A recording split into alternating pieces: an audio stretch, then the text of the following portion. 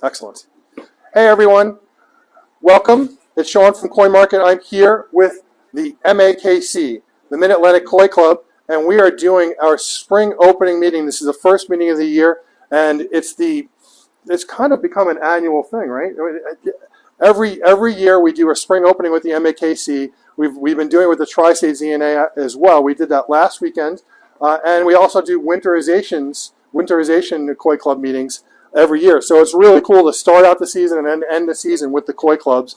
And we would love for the Koi Clubs to do whatever we can get them involved in with the store, throughout the season. So if you guys ever want to do anything here during the season, we would love to do that with you. We're open to doing all sorts of events. And I know the name of the game here is, you guys are all in a club, and the club has to function. It has to make money. It has to create opportunities, for the members, so that the members want to, partake in it.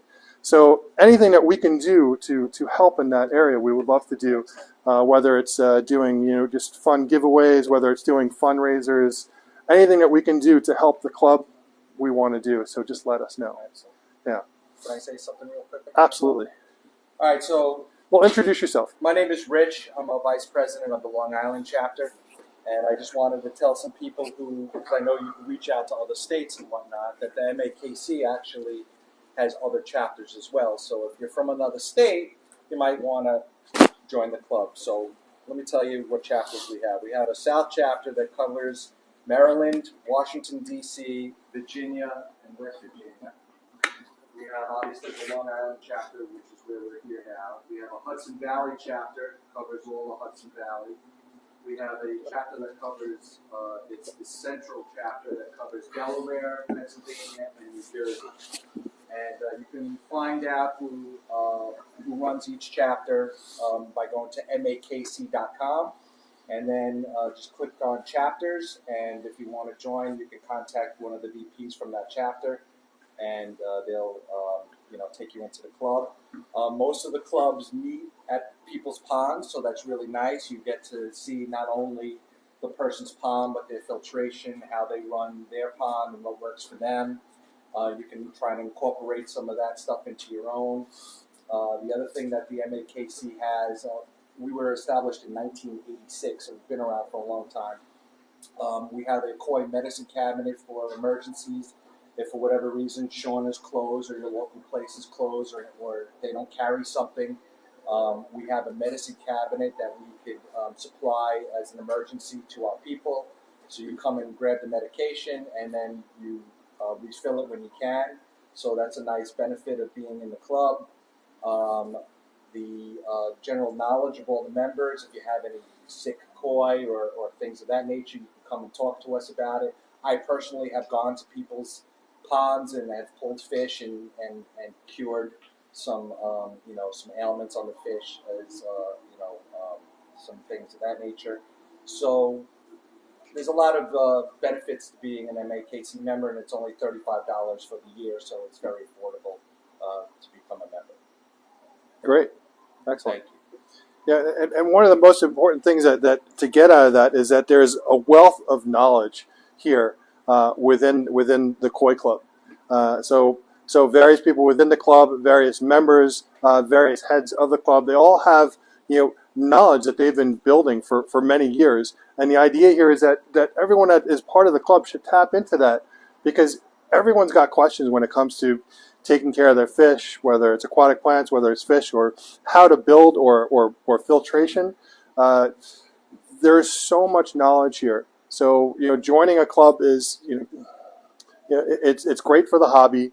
It allows us all to grow, and it allows and I've mentioned this before. Being in a hobby isn't very much fun when you're doing it by yourself. So you have a whole bunch of people here that probably don't even know that they live very close to each other, and we want to share this with each other. So, yeah. With that, we were just finishing our lunch here. I hope did everyone get something to eat? Excellent. What we're going to do is we're going to do a quick tour, and unlike last weekend's Koi Club meeting where we never actually got to the spring opening conversation, Yes, it was a spring opening conversation where we didn't actually talk about spring openings. We're going to do the tour, and we're actually going to talk about spring openings. So let's do that. So where we are right now, and we tried to create a very open space here. This is our retail store. We just finished the desk. I had a hell of a time getting this desk built. Because this thing has cost an absolute fortune to build everything you see here. I have tried to do some things on barter, and I was trying to get this done on barter. It just didn't happen. But we actually have a really nice granite top that's coming on Thursday, so I'm excited to get this part of it done. Product is going to be all throughout here. Filtration systems are going to go all down this side right here. We have all that stuff that is going to get set up.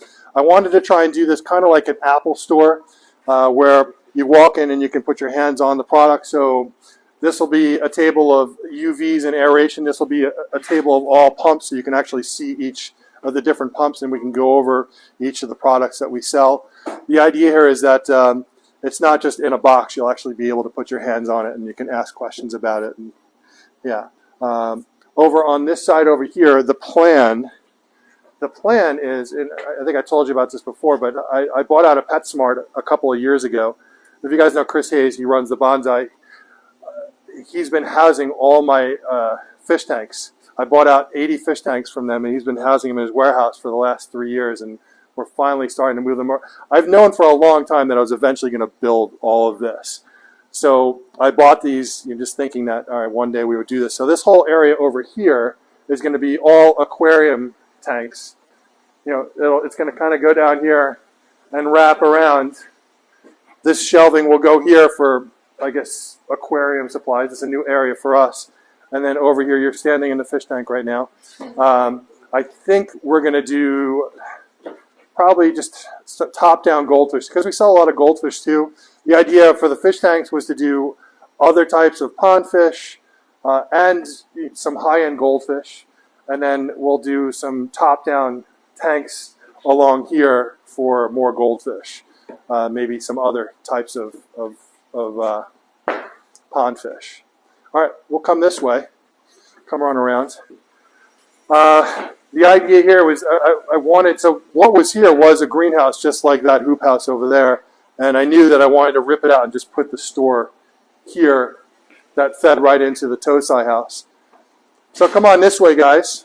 I don't know if you guys have had a chance to walk through everything yet, but don't mind him. Like, you can walk in front of the camera. This is all about you guys. I'm here to talk about what we have going on here. So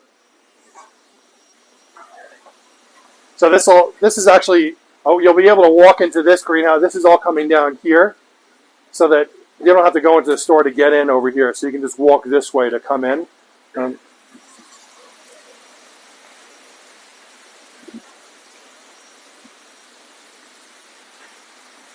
There, so everyone come on in here.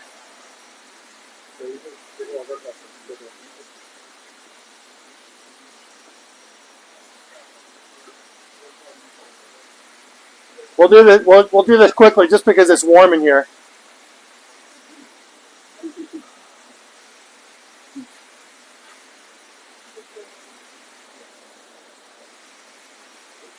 Yeah, come on in.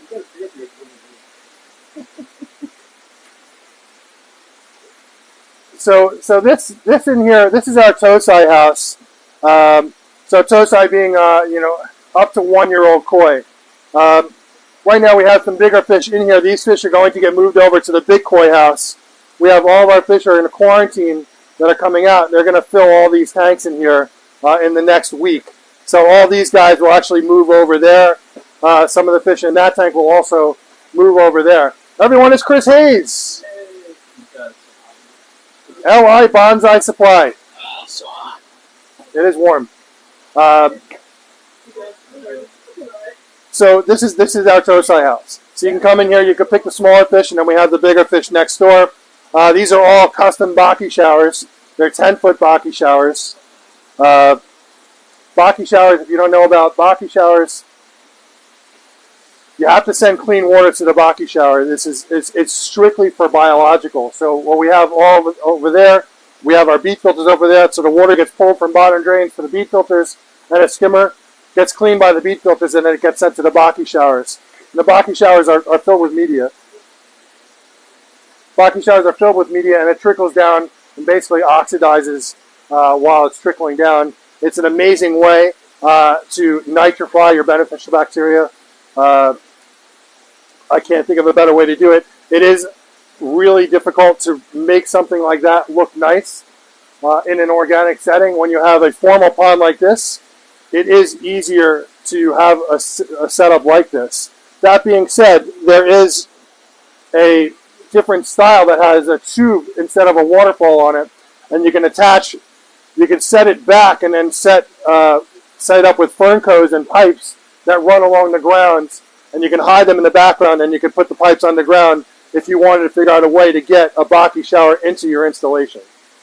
Come on, we'll come on this way.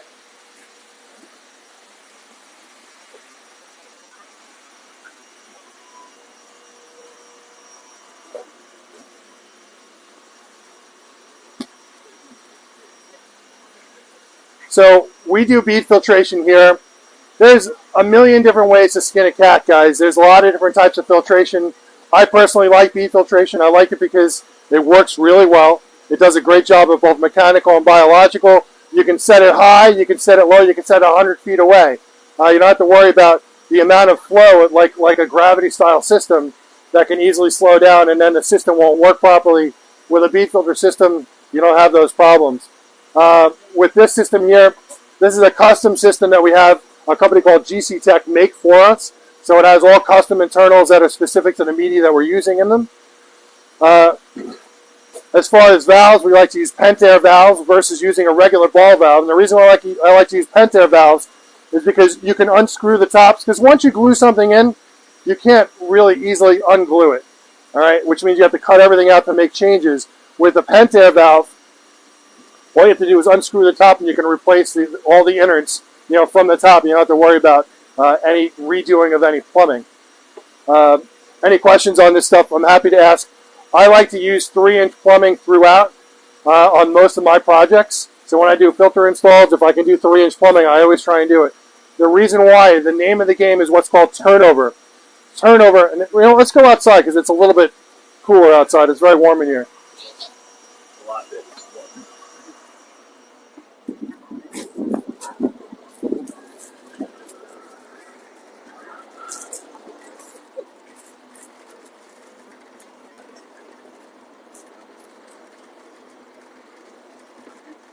Whew. It is a little warm in there.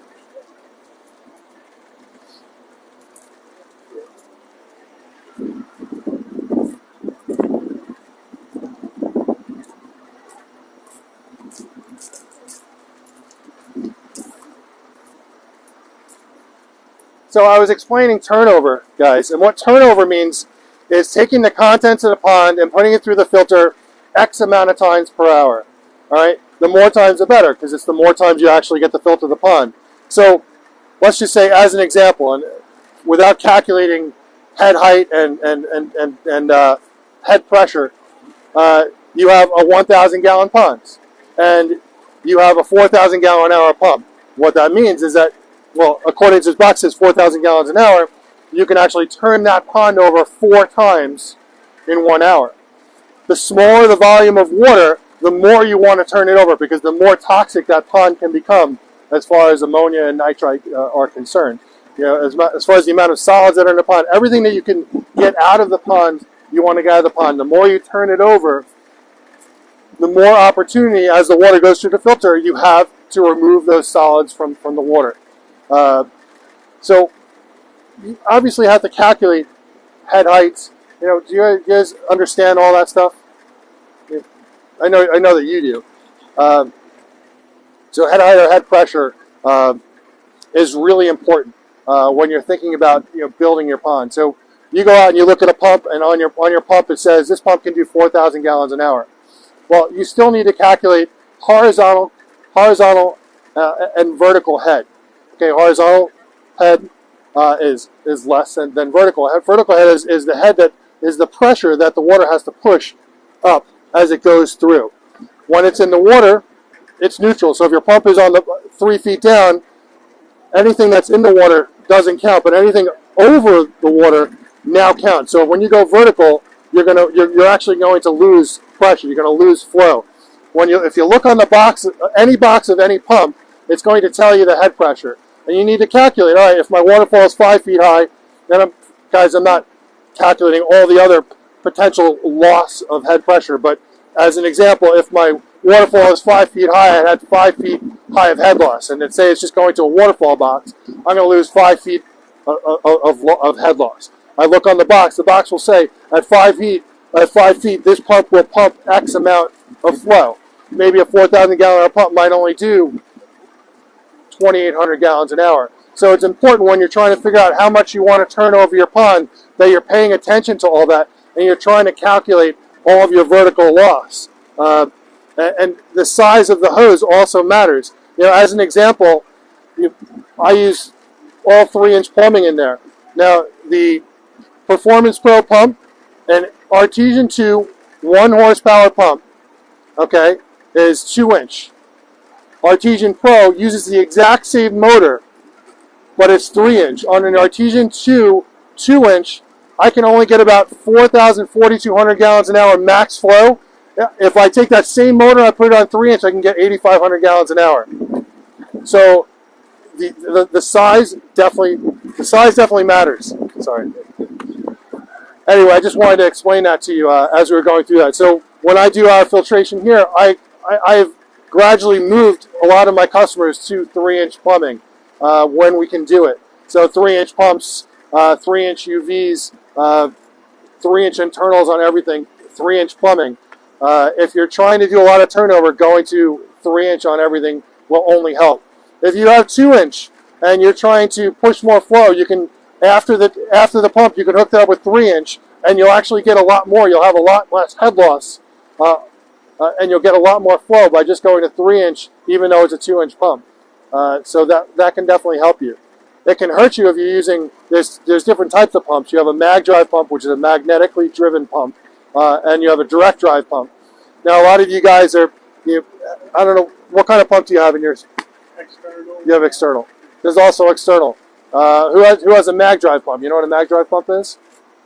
So it's a much more efficient pump, but it has a lot more trouble pushing at high head pressure. So it should only be used in low head situations versus a direct drive pump, which will actually push much harder and is actually designed to have much higher head than a mag drive pump. And I can show you some examples of that inside. You'll save a lot more money running a magnetically driven pump versus a direct drive pump. It's kind of hard to say what the numbers are, but what? Anyway, this is Chris Hayes, and I'm actually going to take you over to his area. Chris and I partnered on LI Bonsai and Supply, and that's this here. All the trees that are in here are coming out of dormancy, and I'm pretty excited about it. It's a new venture for us. We built a whole area up front. When you walk through the big koi house, that whole area is designed for the bonsai to be displayed. But you can go in here, and Chris can give you a quick explanation on what he has going on, some of the things we have planned for the bonsai.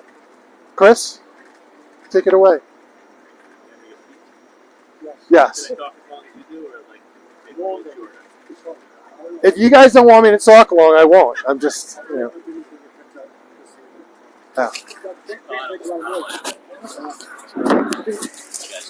Freaking microphone. You guys with these microphones, man. All right, we going in here? Hello, I'm Chris Hayes. This guy's friend. What? Where's the fan? Thank you. That's the fan right there, buddy. Yeah, it's much cooler in here because plants don't like it that hot. So you're welcome to come in, look around. Hi, everybody. They don't care.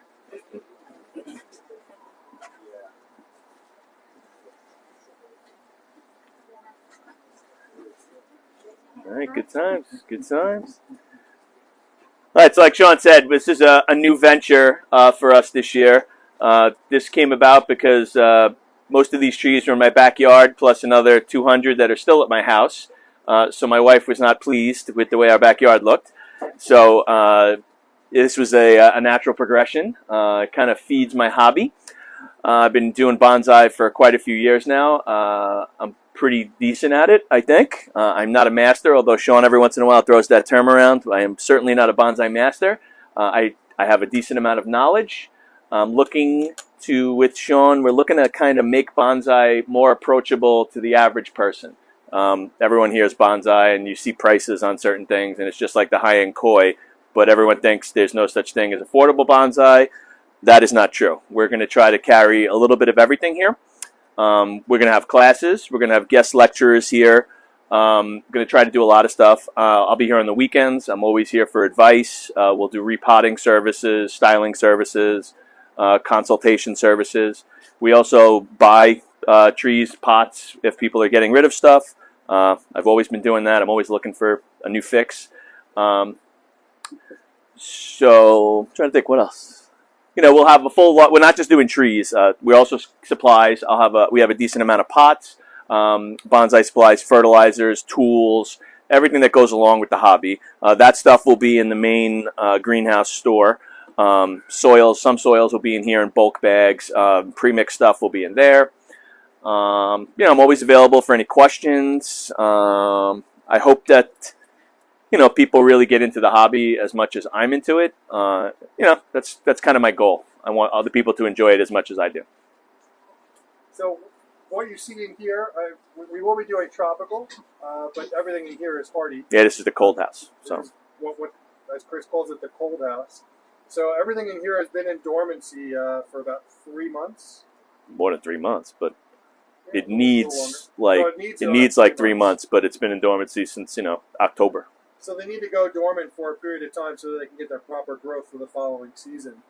So that's what's happening now. These guys are going to be coming out of here in the next few weeks. Yeah, I would start taking stuff out today, but the wind thing last night, it's not the best time to bring stuff out. The wind will burn the trees. But we just finished all my repotting for the season. You have a very small window to get things repotted when they want to be repotted. Otherwise, you kill trees. So we just kind of finished that. I ran in this morning and I potted up a bunch of more stuff. And yeah, some of the stuff, like he says, is going to be going out in the display area. We're also going to have a whole display area on the side for more, let's call it beginner bonsai and bonsai in training. So we'll have a whole variety of trees for all types of levels of bonsai enthusiasts. We are going to be doing a couple of fun, aside from classes, we're going to do like it's either going to be beer and bonsai or bagels and bonsai. We haven't decided if we want to do it later in the day or early in the morning. It doesn't rhyme. But we could add wine with the beer. We'll just put beer, bonsai, and wine. Perfect. But yeah, we want to do something like that. You guys, feel free to walk around and just look at stuff. There's a lot of different types of trees here.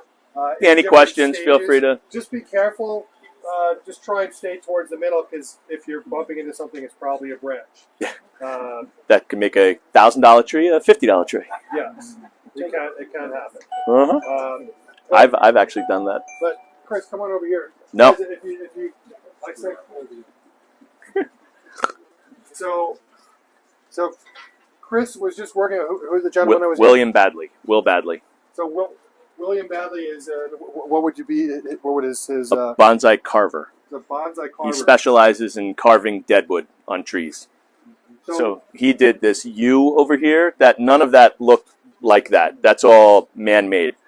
I know you all. It looks really old, the wood, but those were just giant trunks that were carved to look like this. The creation that it is. If you look over here, they just started. This is doing This over is here. Yeah. Don't show that. That's not I'm finished. showing that because you could see Not finished. where something started. Oh, okay. And it's just the beginning of the carving process to where it is. See, even here, and here's a finished piece here. All this was hand done. This is all hand carved, and I always go back to this one piece because it just looks amazing. Yeah, he can make a new tree look like it's 400 years old. This didn't look like that. It's all done by hand, so it's pretty impressive. There's also some forests over here, and forests have groupings, and I guess is it under a feng shui amount of trees, or that doesn't really? Yeah, that's very much in effect with bonsai. You don't want even numbers is a no-no. With forest, it's 7, 9. You stay away from 13. So you can see there's a couple. And if it's less than 7, it's more of a grouping, not a forest.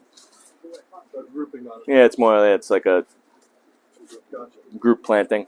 So you can see some of these are in the middle of their carving stages here. And this is something that just doesn't happen overnight. It's a progression over time. Yeah, this tree is about 100 and something years old. The yew that's right there. It's a very old tree, and the oldest tree in here, if you know about it, like the tree, this is probably the oldest tree in here. It's a collected Douglas fir. It's ancient. It was collected somewhere off the side of a cliff, from what I was told. But if you look at it, and you know about trees, you could tell by the plated bark and the root structure that is a very, very old tree.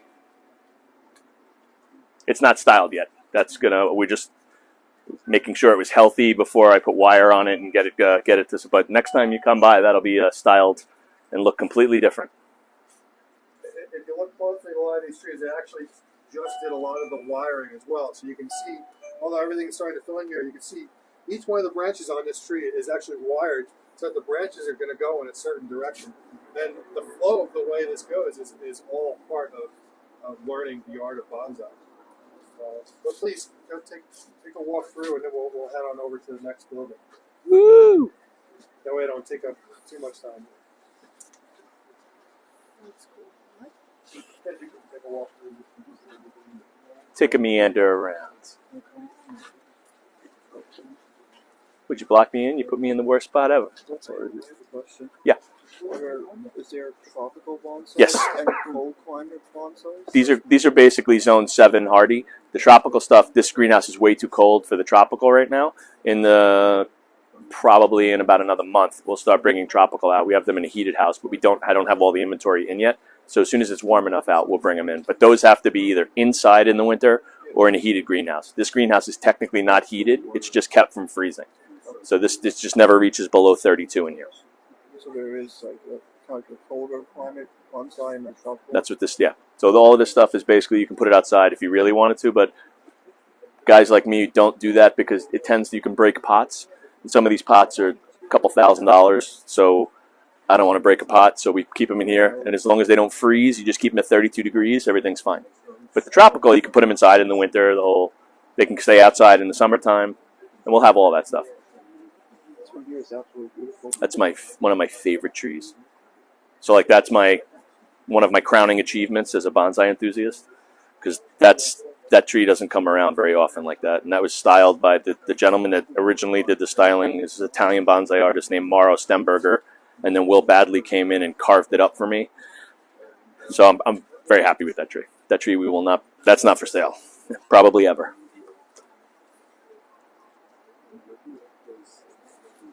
That's my baby. Thank you, Chris. I'm going to steal this from you. Oh, I forgot about that. Hi. What keeps that wood from rotting? A lot of chemicals. So the yew itself is incredibly hard wood, so it doesn't really rot as fast as other things would rot. But I put wood hardener. Minwax makes a wood hardener product that you paint on in the spring, and that's why it's a little bit white right now, the wood. And then another thing called lime sulfur, which bleaches the wood white, which keeps insects and everything out of it, and that also preserves the wood as well. Every year you have to do these applications or it'll rot out. It'll take longer for the yew, but the azalea that Sean showed you, that has to be twice a year because azalea wood is very soft. So that tends to want to rot quicker. So you have to do more applications. So all these kind of things you're going to learn if you join the classes, and we're going to start announcing classes soon. Yes. We're pretty excited about that. It's just another area and all this kind of, it is a really great synergy between having koi ponds and having bonsai. It's all about, having that serene, relaxing, calm, around the pond that you can go and take care of your bonsai and right by the pond, and you can just admire them by the pond, that tranquility. So we're excited to have this as part of what we're doing. Thank you, Chris. You're welcome. All right. Come on this way. Real green? They're very rare, very hard to find. Can I ask a question? A long time ago, someone asked you on one of your live streams if you had koi, and your answer was that'd be like a tattoo horse not having a tattoo. Do you have a I do.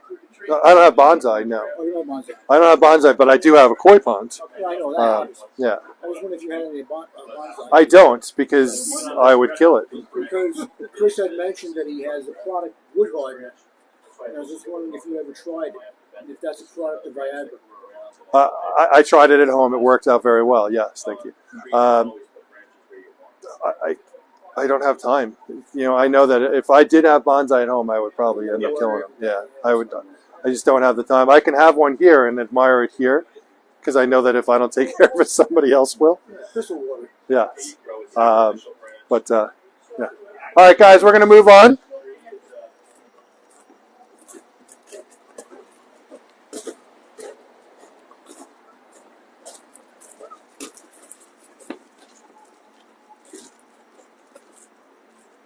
So this area over here will be our aquatic plant area, and in the next few weeks, this area will actually get completed.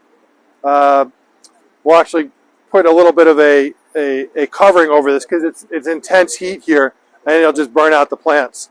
So we're going to put some hoops over this and cover this area, and this will be all lotus, water lilies, floating plants, oxygenating plants, marginal plants, all goes in this whole area here. If you guys haven't been here before, this is the quarantine house. If you want to come in here really quick, it's a little loud in here because there's so much going on in here. But this is the quarantine house. And our fish go through a 4 to 6 week quarantine process. So come on in. Yeah, we treat it very nicely. I'll tell you all about it.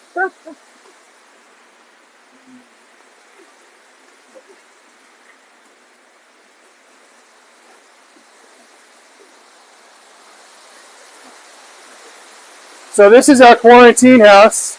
Everything, guys, everything on this right side here, all over here, and this tank right here just came out of quarantine. So this is our new shipment that came out of quarantine. We brought in about 115 boxes of fish. A lot of it's Hosai. So that's on this side here and this over here. These fish are all going to be in the tanks in these two koi houses in the next week or so. So they're all getting moved out of here. And then this will probably just become our wholesale greenhouse for the season. And then everything that's over here on this side, these are all sold fish that we've sold in our live shows on Saturdays. So we do a live show every Saturday, and we basically show fish in a bowl, and our customers pick out the fish that they want. They say that they want it. We put the fish away. Now most people don't have their ponds open, so we board the fish for months. I have some customers who were holding fish all the way into June or July.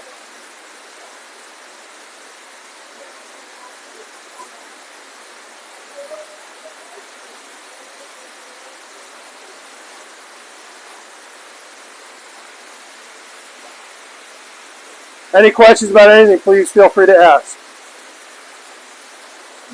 Yes. 2 inch?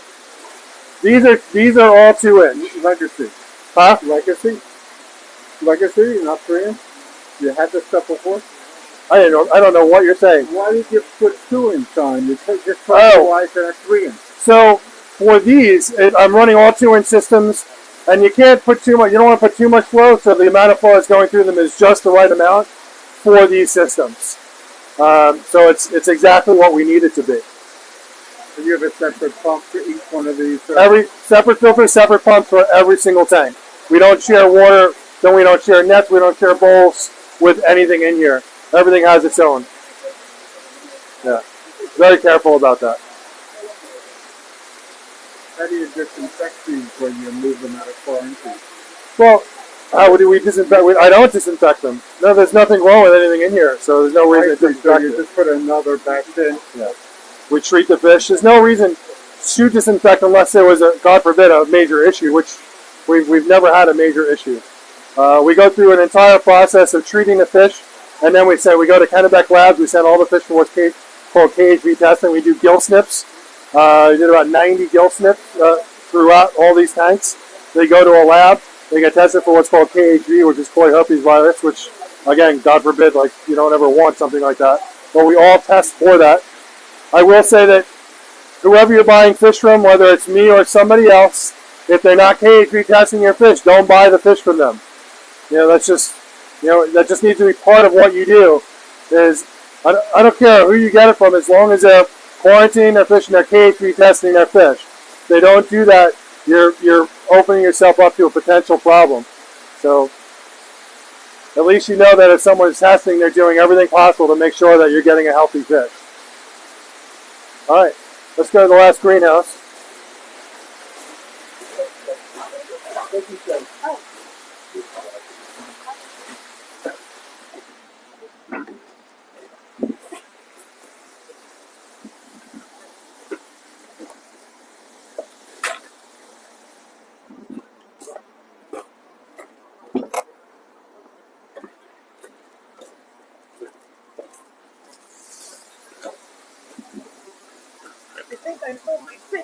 I'm sure you did. If you got a fish, then that's where it would be. We do. Listen, guys, things happen. We have fish that go away and they go into these fish sitting here that most people around the country don't have their ponds open yet. We ship fish all over the United States, and we'll hold fish for months. 4, 5, 6 months at a time. All the fish are in boarding. Everything is taken care of. We don't grow the fish out. It's not an opportunity to grow your fish out where they're sustained. So they're eating. They're getting fed every day, but they're not getting a growth food. They're getting enough food that sustains them throughout the time that they're here. We make sure that they're healthy. But things do happen, and when we've lost fish before. It does happen. A customer gets a credit if something happens, and quite honestly, they always end up getting something nicer. Because I just want to make sure that they're happy. So, this is our big koi house. We're going to step through here.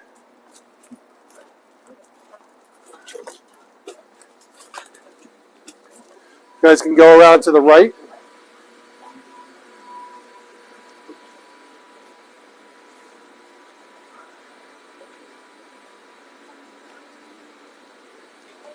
Come on in.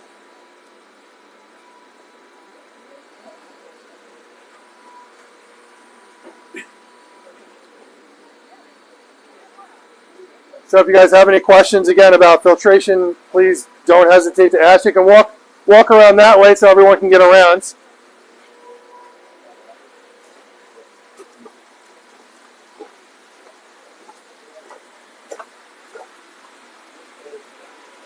So we wanted to build a big koi house where you could really just come in here, see the fish, relax, and just like enjoy. This is what it's all about. What's interesting is in Europe, this is the style pond that most Europeans have, is a formal pond, which is half in the ground and half out of the ground. And I've never really been a huge fan until I built this. But the idea of just kind of walking up to the side and like sitting down next to the pond, you put your hand in the water, and the fish are just going to come and hang out, and it's just a cool part of having a koi pond. 6.5 feet. So this one has dual bottom drains, a mid-level intake that's in the wall right where you're standing, and then the skimmer in the corner there. Jet return overflow, so the overflow is right there. And that actually goes, any water that goes over a certain height goes out that pipe, goes out over there. And all the tanks that we have overflows so that we can have drip lines. So you got a drip line hose that's over in the corner there. We're always feeding a spray drip line in. When you have a lot of fish in the tank, you want to have a drip line in. Most retail stores would have a drip line. Fish get fed every day. These guys actually get fed on a feeder, which, by the way, does anyone need a feeder? A koi food feeder? I have a bunch of extra ones. I'll give you one if you want one. Serious. Like, it's that feeder right there. I probably have 25 of them. So if anyone needs one, the reason why I don't really like using feeders in this scenario, I do it for these guys, but I hand feed them too. But it's important when you're in a retail setup that you're always, looking at the fish. You always want to see, make sure there's nothing going on. You want to make sure the fish are healthy and happy. When you start doing the feeder, you're not interacting with the fish as much as you should be. And I found that, we did the feeder for maybe a half a season and realized really quickly that we weren't able to see just how much food was getting fed to the fish. Sometimes the feeders give a little more, sometimes they give a little less. Maybe something was wrong with the feeder and it wasn't. Once in a while we'd walk around and all these feeders are down here and that one feeder is up there, which meant that those fish weren't getting it. It's important for me to know that all the fish are being taken care of at all times. And so that's why I got rid of the feeders. Not that you can't use them. If you need one, I have. I have a bunch of them. Huh? We did have. So if you remember, in the old koi house, they had a little farmhouse with horses and stuff, and they had a lot of rats living over there. And the rats would actually make their way into my koi house, and they ate away at some of the feeders at one point, and we had to put the feeders up on 4-foot poles to stop the rats from getting to the feeders. It's always something. Always something. You have BMW in the front by the dumpster, if someone can move it. BMW by the dumpster. FUV. Anyone? Who's got the BMW? Your car was just towed. I'm kidding. He just has to get out. His car is in front of yours. Me in there. I didn't know what time you were leaving. Bye, everybody. So yes. I'm supposed to have stuff here to clean your hands before you put your hands in there, but I didn't put it in here. If you guys want to feed them, I can give you some food, and you can throw some food in there. Here. So he just asked about the liner in here. I did not go with normal liner. I went with a product called BTL liner.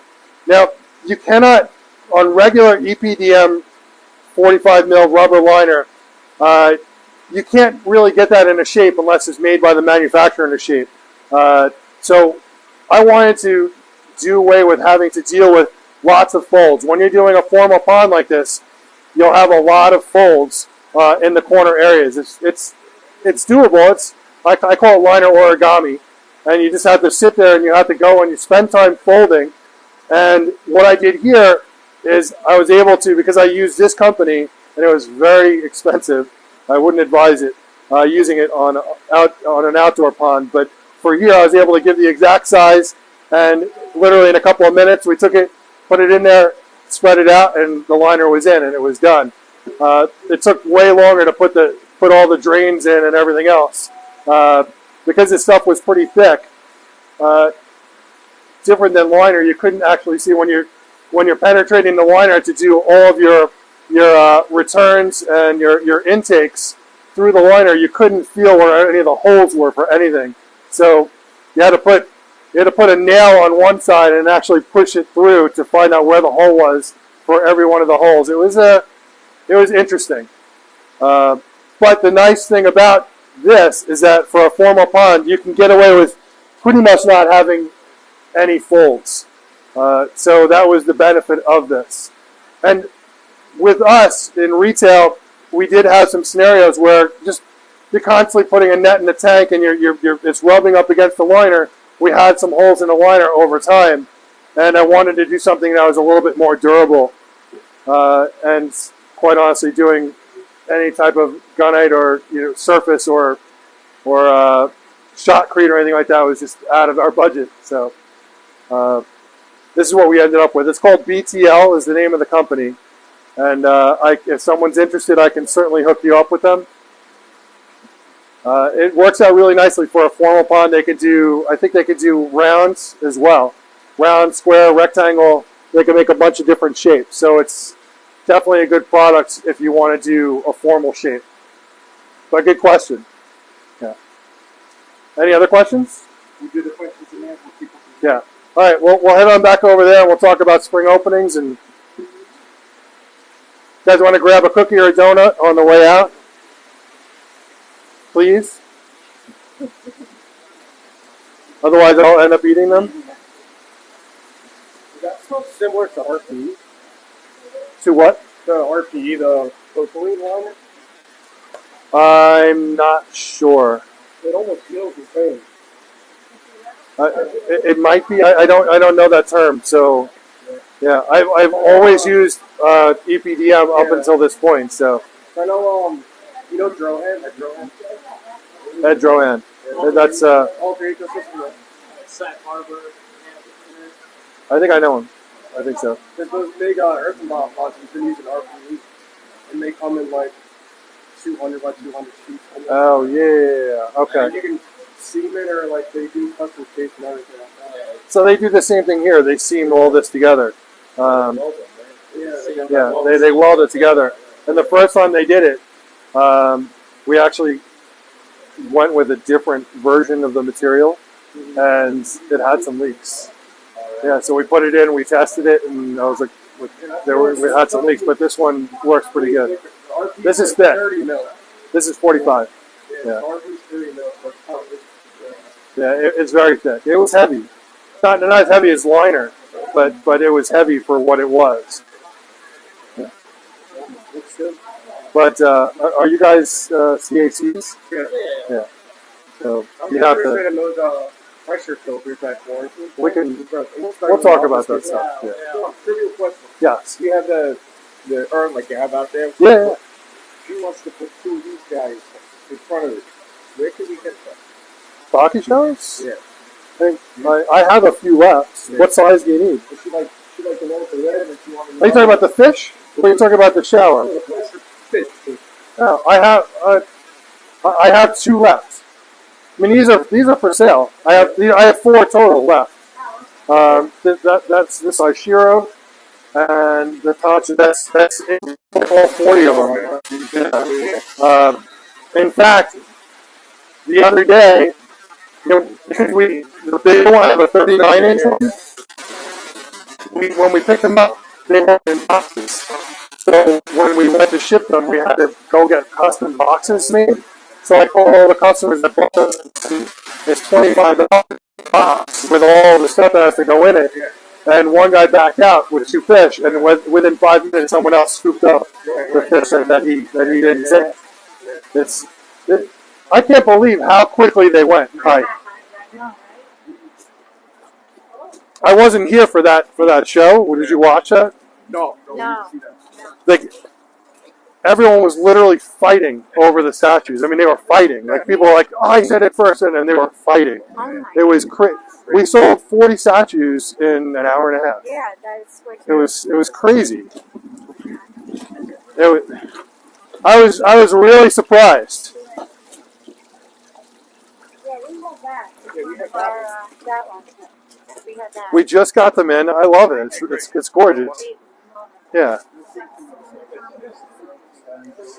Yes. How many people own residential ponds like on Long Island? Is it It's hundreds? Thousands. Is it thousands? Residential. Oh, Long yeah. Island? So we were just having this conversation the other day where,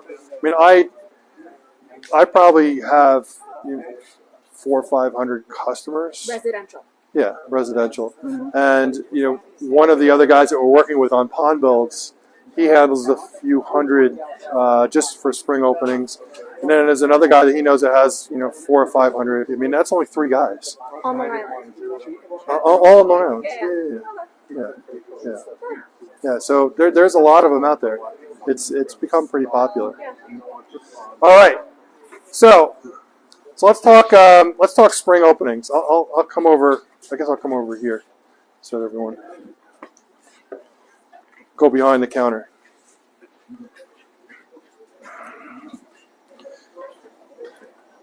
So, if you guys have done this meeting before with me, I mean, you've heard a bunch of this stuff already. But unfortunately, we don't live in an environment where it's warm enough all year long, that you can keep your ponds open and running all year long. Now, some customers we have will do that, and we're actually starting to do that more and more as these winters seem to be becoming milder and milder. I mean, what do we have? One snow this winter? And it was not even really a snow. I mean, it was gone pretty quickly. Weather is changing quite a bit. You know, and if everyone, you keep hearing people say there's no such thing as global warming. Well, something is definitely happening. I grew up on the water in Massapequa, and we had a house on the bay. It was at the mouth of the bay where John Burns Park is. I don't know if you know where that is. All the way at the end of that canal behind there, my house was at the very end of that. And so the mouth of the bay is here, and the canal is here. And when I say it would freeze solid, I mean they would play hockey on it. So it really, this is the bay, and it froze solid. I mean, we would stupidly walk across it with hockey sticks, thinking that we were safe. But it doesn't freeze anymore. Like it doesn't happen anymore. So things are definitely changing. I don't know if it's a good thing, but things are definitely changing. We do have customers that leave their ponds running all year. Now, there's a difference between it running all year and what happens in a pond continuing to happen throughout the year. So if you live in a warmer climate, you live in maybe the Carolinas or Florida, Texas, California, and you can keep your pond running all year long, and your beneficial bacteria and everything is active all year long. That's your nitrifying bacteria as well as your sludge-eating bacteria is all active, and it's doing its job throughout. For us, as soon as it cools down, your beneficial bacteria will slow down, and eventually go dormant, and then also die off if it gets too cold. Now, you can still continue to do mechanical filtration if you left your ponds running all year long. If you're going to continue to leave your pond running, you have to make sure that you maintain it. Because if, God forbid, something happens during that project, we get a cold snap, or you have a whole bunch of crap in the pond and the filter gets clogged up and the water slows down to the point where it could freeze, because this is all plastic, so everything can freeze, and you could lose everything. You could lose your lines, you could lose your pumps, you could lose your filters, all your equipment can get lost. So we break everything down for a winterization because it's necessary for us to do that in almost every instance. And in the spring, your pond has been sitting for 5 or 6 months dormant. It's been collecting a lot of crap at the bottom. Anything that was in the pond has been breaking down. All right, it's sitting at the bottom, it's breaking down. Your fish are now sitting in this.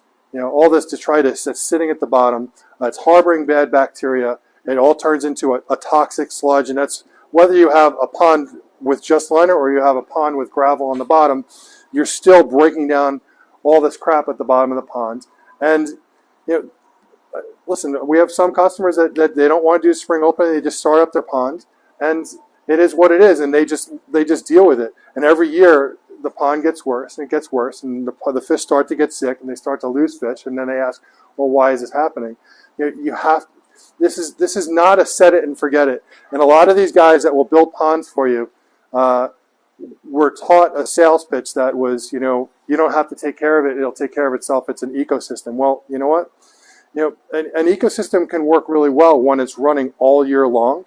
But we don't have that scenario here. So we have to shut our ponds down. So for 5 or 6 months, all this crap is collecting, and it collects to the point where whatever ecosystem you have is never going to catch up to the amount of detritus, all the crap that's in the pond. And eventually it's going to win over. And the best way I can describe it, let me pick someone, Tom. So calories in, calories out. When you eat the right amount of calories, you'll look like Tom. Skinny and fit. When you eat too many calories, you look like me. And, and it's the same thing with the pond. So calories in, calories out.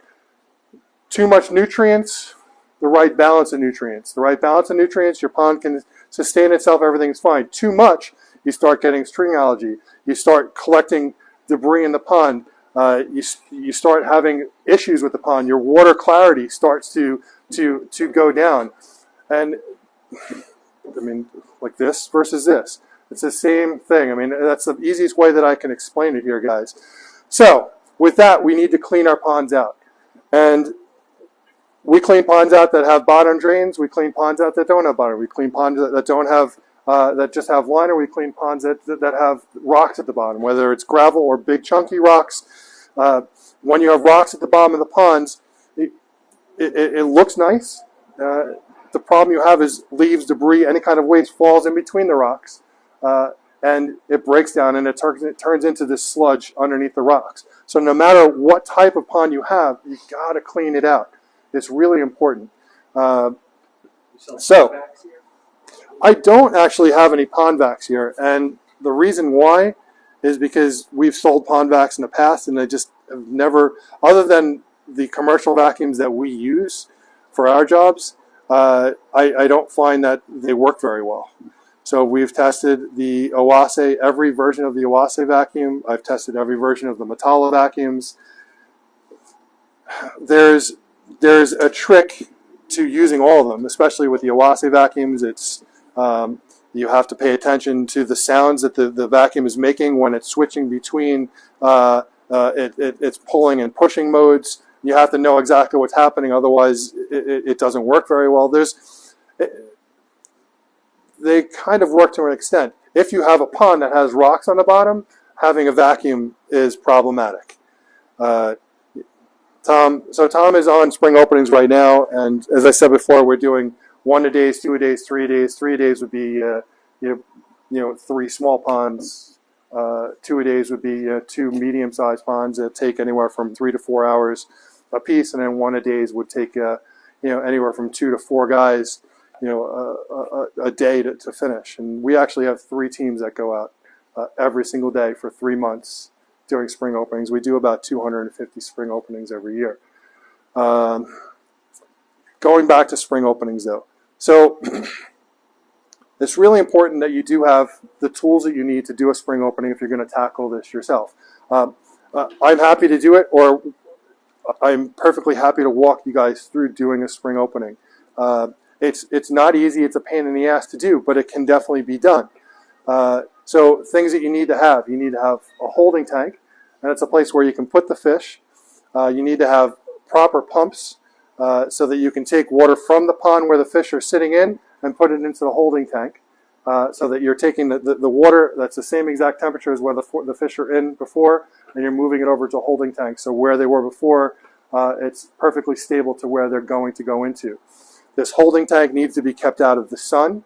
It needs to have a net on it. Now, when the water is colder, the fish tend to not jump as much because they're still very slow. And we'll talk about that in a second.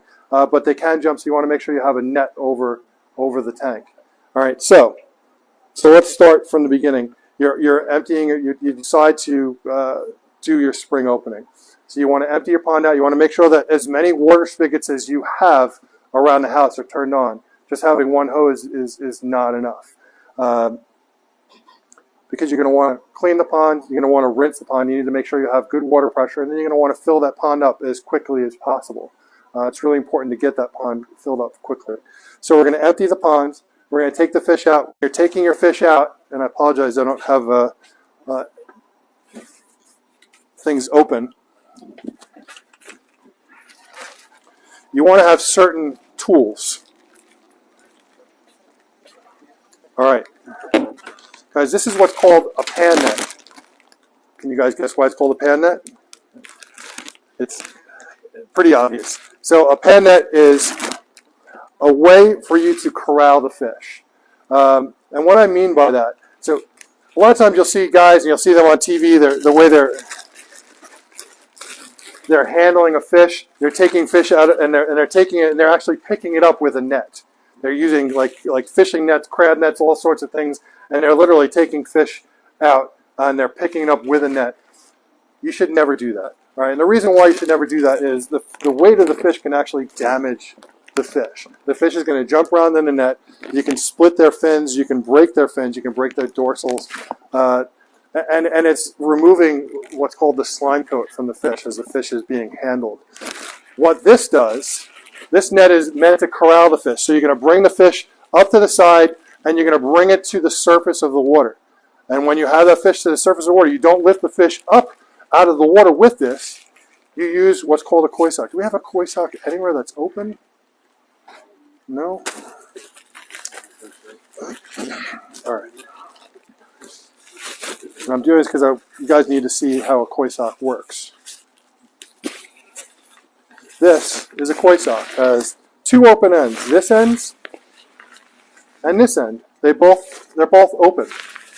So when the fish is corralled in the net, you take the koi sock and you scoop the fish up. And the reason why you do that is you're scooping the fish up with the water at the same time. So now I'm actually holding the fish and I'm holding water at the same time. And the fish is now safe in here. You're going to make sure your arms are even. If you have a large fish, you need to use some arm strength. You need to make sure you don't want to bend the fish in half.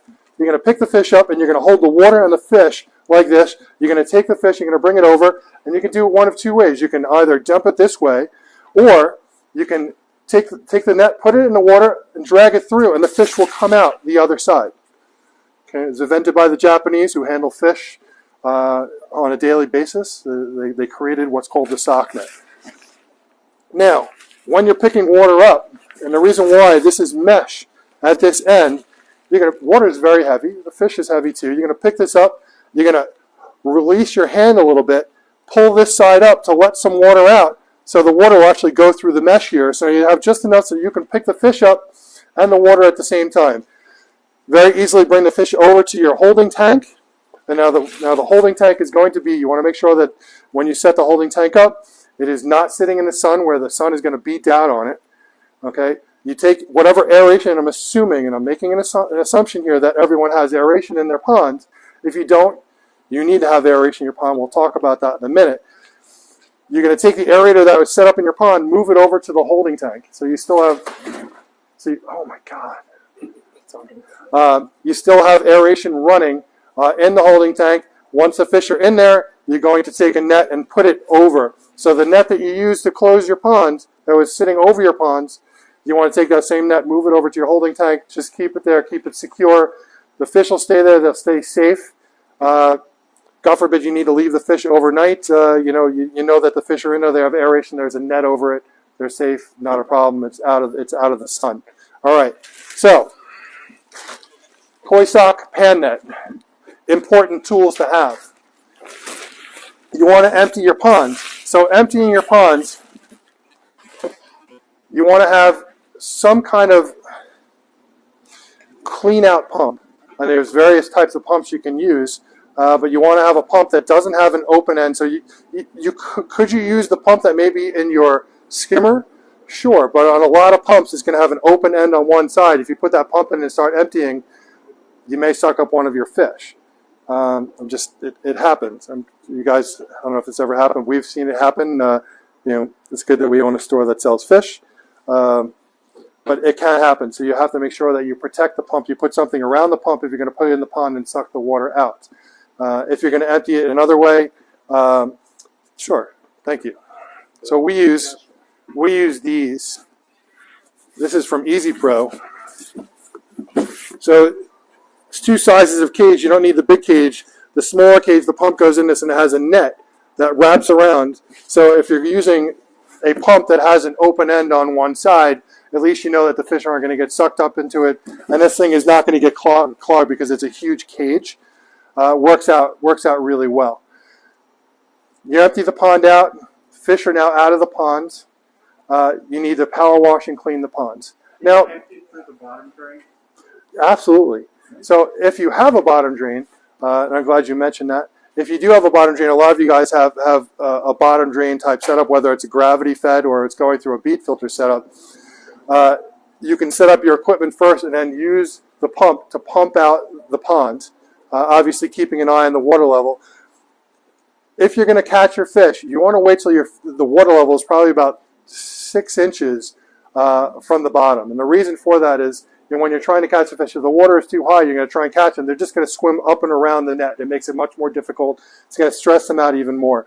If you lower the water down to a point where just their dorsal fins are coming out of the top of the water, it's going to make it a lot easier for you to catch them. Guys, wear boots. Don't go in without boots on. Protect your feet. If you guys didn't hear, I lost one of my toes from a dirty pond. It's in the house somewhere. I have for the last 10 years I've had issues with my foot because I lost my toe from a dirty pond. So it's something you have to be careful of. So get yourself a pair of muck boots. They sell them online. Make sure that they're an ankle height. Don't just get the foot height because you'll easily get them flooded. Or you can get waders. If you're going to get waders, you need to get booty waders, so it's going to have the feet attached to it. But these are good tools to have. If you plan on doing it, these are tools that I think are important. So thank you for mentioning that. I think that's really important. You guys, what do you guys use? Waders and muck boots. So really important to protect yourself. Listen, I happen to have a blister on my foot, and it was just bad timing. I was cleaning a pond, I had an open blister, and I did the guy thing and just kind of put Neosporin. I'm like, oh, no big deal. I'll put Neosporin on it, and it just didn't ever get any better. And yeah, so I no longer have a big toe on my left foot. So it is very slippery. You do have to be careful. So algae is forming, and that's a slime coat that's around the pond. So you do have to be careful when you're stepping in the pond. There's rocks all around the perimeter. If you step in and you slip, you could very well hit your head on the stone. So you just have to be really careful when you're doing it. All right. So we've now emptied the pond out, and we want to clean the pond. So there are two schools of thought here. So the pond has been collecting debris for the last 6 months. You can power wash the pond. One thing you have to remember when you're power washing the ponds is that there is a slime coat around the pond. I mean, this is your bio layer, and Aeromonas and Pseudomonas bacteria, although it's cold, lives around every surface in your pond. So when you do power wash your pond, you are cleaning a lot of this off. So in some instances, depending on the pond, we'll actually leave what's on the sides of the ponds, and we'll do the bottoms of the pond, and we'll power wash the stone and the waterfalls at the very top, and we'll leave the outer rim because that's going to help get the pond started, for the season. Some of our customers want to have it, completely 100%. I actually had a customer that had a marble pond that was marble dusted, and they hired someone who just sat there every day, and his job was to scrub the algae off the sides of the pond. That was his entire job. Some people just want things done a certain way, and it is what it is. This bio layer is very important to the ecosystem. If you can leave some of it in there, it'll definitely help get your pond started for the season. But the name of the game when it comes to cleaning your pond is rinsing. And that means once you've power washed the ponds, okay, you're going to have a pump that's sitting at the bottom or a vacuum. We use a commercial vacuum. Whatever you have in your possession to help get this out, you need to spend a lot of time rinsing. All right, so you're going to take that hose and you're literally going to put it in every single nook and cranny all around the ponds. And you're going to be amazed at the amount of stuff that comes out from in between the rocks. You're just going to be like I don't understand. I just cleaned this for 10 minutes and it's still coming out, right? It's just amazing how much crap gets stuck in between the rocks. And that's what you really want to get out of the pond, because that's all excess nutrient food source. That's food source for algae to grow. So getting that out of the pond is going to help to get things started, the right way for the season. All right, so you've now rinsed everything out. You want to make sure if you have a waterfall and a stream that you do that first, because you don't want to do everything else and then wash the stream and the waterfall only to get all that crap back in the pond again. So start up at the top and work your way down, then do the perimeter of the pond, then you can get everything else underneath. And, is that the right order, Tom? Yeah. Exactly. Too many times. And then while you're doing it, you want to make sure that you suck out all the plumbing, because there's a lot of crap that's sitting in the plumbing too. So if you have a vacuum, put it on all the pipes, all your intakes, and suck all that crap out, everything that's going to the waterfall, because as soon as you turn that waterfall on, that clean pond that you just had is going to have tons of crap that comes out. So these are just things that you just want to remember to do, which I know that sometimes we forget to do. But so now you want to fill it back up, and you want to start your pond the right way. So you're going to fill the ponds. You want to make sure that you're adding beneficial bacteria, and we use a couple of things. Now, there are certain products you can use now, and there are certain products, because of temperature, you're not going to use now. Now, you're trying to get your system started for the season. So one of the most important things is nitrifying bacteria. However, nitrifying bacteria can only be added when the water is 65 plus.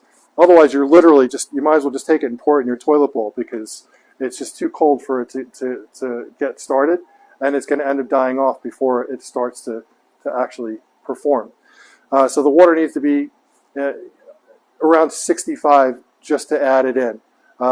That being said, you can start using sludge-eating bacteria. There's different products. I mean, Aquascape has a whole line of beneficial bacteria. We use a product called Proform PC, which is right here. There's all sorts of beneficial bacteria, that's sludge-eating bacteria, that you're going to put in, and it's going to help to get the ecosystem going. It's going to break down anything that's left in the pond and continue to break things down. Now, beneficial bacteria, and I was not a believer in beneficial bacteria. I brought in the president of Crystal Clear. They make a whole line of water treatments. We carry the products here. And I decided that we wanted to start using these products on our maintenance routes. And because we're selling in the store, and I want to believe in the products that I'm using. And then I felt like, I was selling snake oil. Am I selling something that is working? I want to make sure it is working. So we brought the president of the company in, and I got him to go over what he would use during maintenance.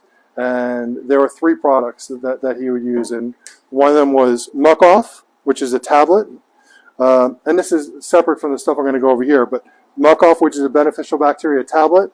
The second one was Clarity Max, which is a phosphate binder. And the third was Bioclarifier, which was also basically the same beneficial bacteria as the Muck Off tablet, but one of them is directional or positional. So the tablet you're going to throw and put into different locations where crap would usually form in the pond. So if you have an area that's kind of a dead zone, or an area where stuff is collecting, or where you have gravel on the bottom of the pond, or gravel in certain areas, you want to put these tablets in those areas. And then you have Bioclarifier, which is, in that Crystal Clear case, it's a water-soluble bag. You put it in and it breaks down and it gets the water table. And the idea here is that you're trying to cover all the bases around the pond. And as I was saying before, I wasn't really a believer in beneficial bacteria until we actually started using it in a maintenance route. And our customers actually came back to us after a couple of months of use. And it's not something that happens overnight. But our customers were coming back saying, like, I can actually see all the colors of all the stones in the pond, which is something that had never happened before. Everything just always remained green. So we've been doing it for about 4 years now. You haven't been here that long. We've been using beneficial bacteria on our routes, and all of our customers' ponds look totally different now than they did 4 or 5 years ago, because the beneficial bacteria is actually performing. Now, I'm not a believer in cold water beneficial bacteria. Bacteria needs to have the warm water to thrive. I do think that there were a bunch of companies that were like, we need to figure out how to sell product in the winter. Let's throw a cold water bacteria on the label and see if we can sell it. So there's a couple of companies like Aquameds that has like cold water bacteria. I do think it's bullshit. But I could be proven wrong. I mean, I'm happy to be proven wrong. Beneficial bacteria does work though. Aquascape makes a dosing machine, which he actually started using last year. Does anyone have a dosing machine? No. The cool thing about a dosing machine is that it gets set up on the side and it's automatically dosing the right amount of beneficial bacteria and other products on a continual basis. So, oh my God, I forgot to put my beneficial bacteria in, or I forgot to do a medication or whatever it is. The nice thing about a dosing machine is that it's automatically doing it for you. And I'm excited about it because we also have other products like Jumpstart and Koizyme. Koizyme is a product that we use on a weekly basis.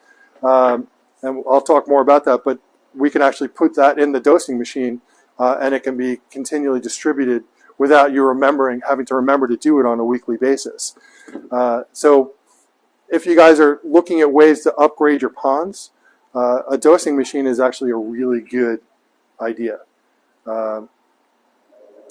Anyway, I don't mean to try and sell something to you. I'm just saying that anytime that you can better the situation in the pond by adding the products that need to be continually added, and it'll automatically do it for you, it's not a bad thing. And they just came out with Aquatic came out with an XT version, which is a much larger version, and it can hold two half gallons or one 1 gallon jug of whatever it is you put in there, and it'll automatically dose whatever it is you put in there. And you can set the amount of, I think you can set the amount of intervals, or right? It goes by gallons. It goes by gallons. So something to think about, for the future for your pond is something like that. All right, so we've talked about adding beneficial bacteria to the pond. We also, we have to think about other things. So we need to think about the pH and the KH.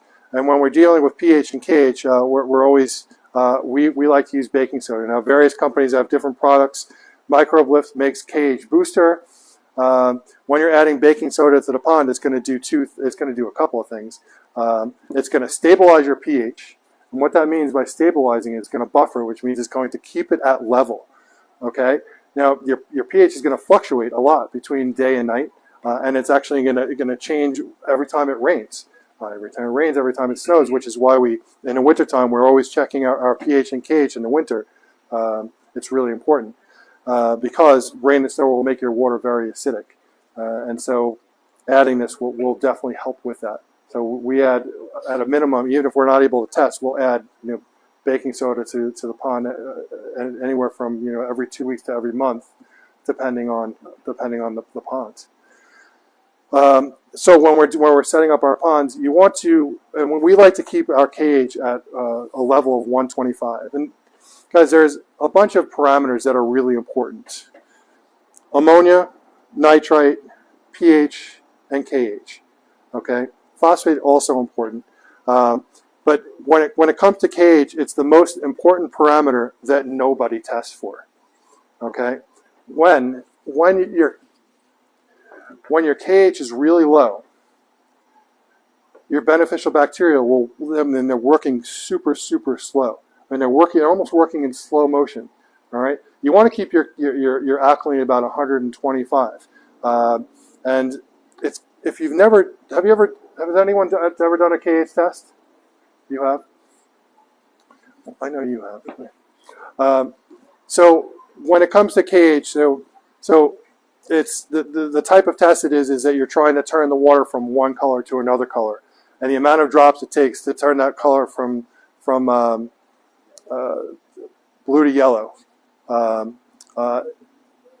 is what you'd match on the chart. So it took 5-6 drops to turn the water color to a different color. Then you look on the chart and it says, all right, it took 6 drops. 6 drops equals X. We want to be at about 125. Now, to get to 125, you're going to do, and I know this, I'm like throwing out all these formulas, it's a half cup of baking soda per 1,000 gallons will raise it 20 points. What that means, if you had in the most basic way to explain this is, if you had 1,000-gallon ponds and you were at 105 and you wanted to get to 125, then a half a cup of baking soda would raise it 20 points. Now, you would need to do the math based on how many gallons you actually have in your pond to figure out how much baking soda you need to add per 20 points to get to 125. Now, you can go all the way to 300 or plus. It's not an issue. When it's lower than that, your beneficial bacteria are going to perform slowly. So when you start your ponds, guys, and anytime you have an ammonia spike in your ponds, first thing you got to do is check your KH. Because if your KH is low, again, your beneficial bacteria is moving really slowly, it's not performing. So cage is super, super, super important, which makes me crazy that the cage is not just part of the master test kit, because it's such an important parameter to be testing for. Ammonia, nitrite, pH, kH. Those are when these guys go out and they do maintenance, those are the things that they're testing for. We could talk about those things too, ammonia, nitrite, pH, and kH. If you have ammonia in your pond, what do? Thank you. Water change, always. You see ammonia in your pond, the first thing you need to do is a water change. Don't go and throw a whole bunch of chemicals in your ponds. You're going to do a water change, and you're going to check your kH. You're going to see what your kH level is, because if it's not at the right level, within 24 hours, you could actually get rid of that ammonia spike by adding baking soda, because it's going to make that bacteria work faster. Now, there's many different types of bacteria, but you have your nitrifying bacteria and you have your sludge-eating bacteria. It'll actually work for both. So it's important to help break down sludge in the pond, and it's important to have because it'll make your nitrifying bacteria work better, work faster, and it'll really optimize your. Is it hot in here? You know what? I have the air conditioners in here that we don't have electric yet. Soon. The next meeting I'll have it working. All right, so we've added water to the pond. We've added baking soda to the pond. Can you start feeding? Stop feeding if you're going to stop. So yeah, absolutely. You're going to stop feeding. If you have an ammonia spike, you definitely want to stop feeding. You're going to want to do a water change right away. Generally, you start with a 10% water change. You can do a 10, 15, 20%. You just need to make sure that you're always adding dechlorinator. You always want to make sure you have dechlorinator or certain products on hand. When we do a pond, we clean the pond out. There's two products that we use. We'll use Ultimate and we'll use Chloromex. The reason why I like these products versus other products is one of the main things that both of them do is it detoxifies ammonia. Now, there's a difference between binding ammonia and detoxifying ammonia. All right, guys? So when you bind ammonia, it'll just encapsulate that ammonia, and it'll hold that for a while, but eventually it goes away. And when it goes away, you're actually going to have a spike in ammonia again, versus detoxifying ammonia. When you detoxify it, you're taking an NH3 ammonia, which is the toxic ammonia, and converting it to an NH4 ammonium, which is no longer toxic, but it's still edible by the beneficial bacteria. So the beneficial bacteria will still eat it, but it's no longer toxic to your fish. So when you do that, it will actually work for about 24 to 48 hours. It will give, because it's detoxifying and it's converting from an NH3 to an NH4, it will still read as you have ammonia on your test kit. It's what we will call a false positive. So that's why I say just between 24 and 48 hours, and then you're going to want to do it again. So when we get fishing, or we're starting a pond out, you want to have this stuff on hand. We literally live on Chloromex because it's keeping everything alive. Otherwise, they're basically, remember guys, this is, for all intents and purposes, this is a toilet bowl. Okay, it's kind of gross to think of, but it's a toilet bowl. Your fish are peeing and pooping in the water. That's ammonia. It's very toxic to your fish. All right. You have two naturally occurring bacteria. One's a Nitrosomonas and one's a Nitrobacter. Jumpstart is the beneficial bacteria we use. Is 50% Nitrosomonas, 50% Nitrobacter. So your Nitrosomonas eats the ammonia, converts it to a nitrite. Your secondary bacteria, your Nitrobacter eats the nitrate, converts to lisinol harmless nitrate, and you remove nitrates from the pond by doing water changes and having plants in the ponds. Having plants, I think, is a great way to complete that cycle. You guys have to do water changes is also very important. Let's go back to that. Let's continue to talk about the spring opening now. So we've now emptied the pond. We're filling the pond back up. We're adding our water treatments. So what we're doing, we're adding beneficial bacteria. We've added our Ultimate or Chloromex. When you're adding Ultimate, it does something called, it instantly ages the water and makes it safe for fish. I find that both products are made by the same company. I find they both do the same thing. I like using the Chloromex. Chloromex does 3 things. Ultimate does like 7 or 8 things, including detoxifying heavy metals, helps with the slime coats. It does a couple of other things. One's a liquid and one's a powder. The powder is going to go a much longer way. So especially if you have a large ponds, going with the powder is going to be a much cheaper way to go than going with the liquid. But it's a product, whether it's this product or another product, it's something that you always, always, always have to have on hand when you're cleaning out a pond and filling it back up again. I get more calls. I say I get calls once or twice a week for the entire season. I need your help. I left the hose on and I killed all my fish, or my fish are almost dead. The city puts chlorine in the water. Okay, and we don't know how you could test the water, but we don't know how much chlorine they're putting in. It depends on what bacteria are in the water. They'll put different amounts of chlorine in the water. So it's important to always, whenever you're adding water to the pond, to put at a minimum a dechlorinator, preferably a product that does multiple things, like a Chloramax, like an Ultimate, and there are some other products that do similar things. So the most important product to have when you're doing a spring opening is that product. The other stuff you can add at any other time. This stuff is important to have because if you don't have it, you're going to burn the gills of the fish. Your fish are going to have trouble breathing and are likely going to die.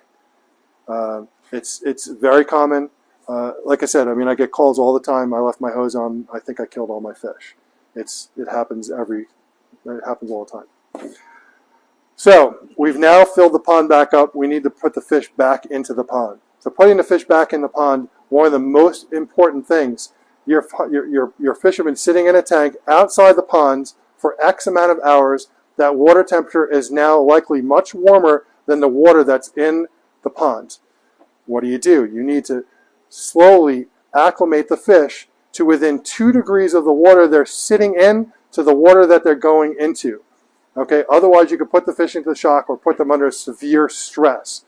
When you put a fish under severe stress, you're usually going to see what happens to that fish 2 weeks later. So when something happens to a fish, 2 weeks later you're going to see, and you've probably seen things like this happen, always 2 weeks later when a fish is under stress, it takes a little bit of time, but they will start to break down. Okay, to do this, what we do, and guys, we've been doing this for almost 15 years. We take the hose, okay, take the hose that you were filling the pond with, put it, first thing I would do is lower some of the water in the holding tank, take the hose, put it into the holding tank, put the chlorinator into the holding tank. The hose is now going to continually fill. I like to have 2 thermometers, but just one is probably fine for you guys. I have one that's in the pond, and then I have one that's in the holding tank. It takes 10 minutes for a thermometer to get the proper reading. So just putting it in, it doesn't happen that quickly. It takes about 10 minutes. All right. So now you're going to wait, filling the tank, and you're going to fill the holding tank with water, slowly cooling the water down to the temperature that is in the holding tank to within 2 degrees of the water that you want to get to. All right. Once that's okay, you can then take those fish and you can put them in the pond and they'll be fine. Any questions about that? Is that how you guys do it? So when we got there, but we take a holding tank, we take a wide splitter off the spigot. So once we start to clean out, we put a hose in that clean holding tank. We just drip it the whole time we're cleaning it. So by the time we're putting that water back in, it's ready out. Okay. Did you get that, Tom? Cool. So there's always something new to learn in this hobby, and there's a million ways to skin a cat. So what they were just describing, the way they do it is they have a Y that's doing a constant drip. So it's slowly keeping the water temperature in the holding tank at the same temperature as the water that's in the pond. We don't do it that way, but either way will work. I'm glad you got it. Do you want the box for it? No, Okay. no. Bye. Does everyone say hi to their dogs? I think that's an Alaskan Malamute. Is that what that is? What it is? Or is that a husky? It's big. I have a question. Yes. You said you sold your ponds at 6%. You're holding quarantine tanks? So when we first get fish in, we will bring the salt up to 6% or 6.0 ppt parts per thousand. How long do you leave that in there? 1 to 2 weeks. Yeah. I'm Yeah. salting my pond now. It takes time to get that salt back. There's the only way to get salt out of a pond is by doing a water change. It's the only way. So it takes time. So if you want to do things like Proform C, which is something that we like to do with our customers, you cannot have Proform C. You can't put Proform C in the pond when there's salt above 1.0 ppt or 0.1%. Yeah. So you can definitely do this. You can definitely do the salt now. So I can leave it for 2 weeks at 4%. Safe. Perfectly fine. Yeah. If you have plants in the pond, it will kill any plants. If you're going to use salt in your ponds, it will kill anything over 0.1% or 1.0 ppt. Will kill the plants in your pond. It's not like will it? It definitely will. So it can, but aquatic plants it will. It'll burn them all out. Yeah. Algae, sometimes. Yeah. Depends on how much algae. But yes. What I used to do, when I'm quarantining the fish, after about 4 weeks or 2 weeks, I take one of my inexpensive fish and put it in there, see if he gets sick. There's so they call that a canary fish, I guess. That fish you put in there that's just going to test everything out and make sure it's okay. When we get fish in, and I mean, you could treat your fish when you start your season the same way as the way that we quarantine fish. When we quarantine fish, we'll salt, we'll Proform C, we Prozzy. So Proform C is a broad spectrum treatment. It is the preeminent broad spectrum treatment on the market. It works phenomenal. It's what I don't know any professional that doesn't use Proform C as a broad spectrum treatment for parasites. So parasites and fungal. Then there's flukes, skin and gill flukes. The only things that will work on skin or gill flukes, not the only things, there's a couple of different products. We like to use Prozzy Quantal. I think it comes from like the horse trade or dogs, so they use it on them. I suppose they're actually using it for cancer treatment now. Works phenomenal for flukes. Now, I have a lot of customers that will prophylactically treat for Proform C with Proform C and Prozzy every spring. It's just part of their routine when they open their ponds. I'm not telling you to do it. I think that it's not a bad thing to do. You do it. You know why? Because we have these ducks that come in every spring. And Yeah. they come from a natural pond, and they can bring the parasite from there. Yeah. Fish are immune to in there into a pond. So I do that every spring.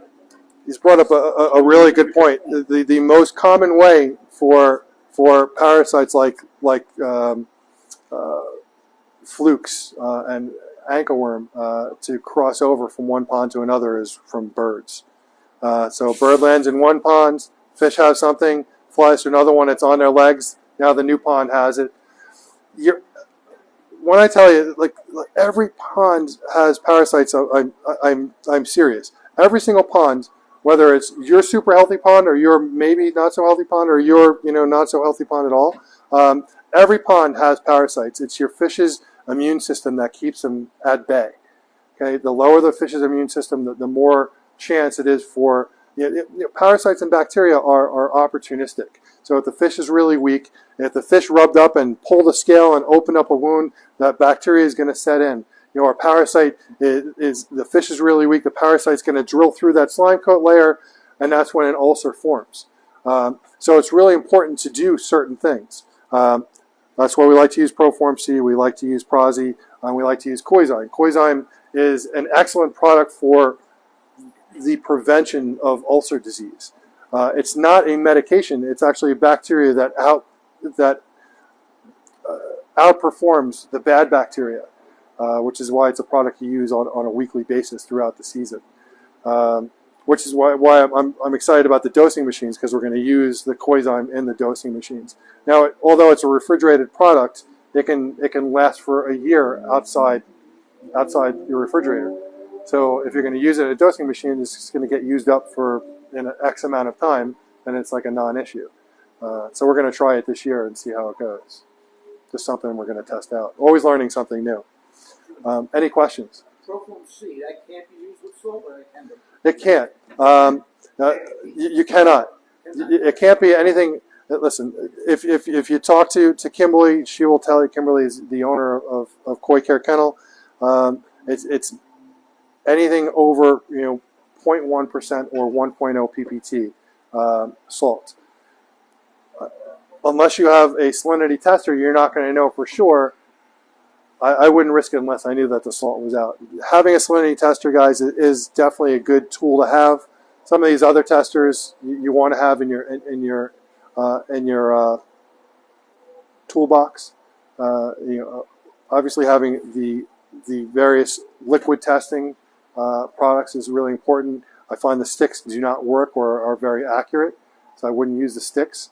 The liquid works really well. API makes a great product. We use Trans Instruments makes actually, I don't think we have it in here, but Trans Instruments makes a pH meter, a salinity meter, and we have the new combo meter, which is it does pH, salinity, and temperature. So it's a nice product to have on hand. You do have to calibrate this stuff. So you have to calibrate out of the box, and you have to calibrate it throughout the season. So you just get some extra calibration solution to. It's fairly easy to do, but it's a good product to have. But if you're going to treat with Proform C and you know you've used salt, it's important to have a salinity tester. Yeah.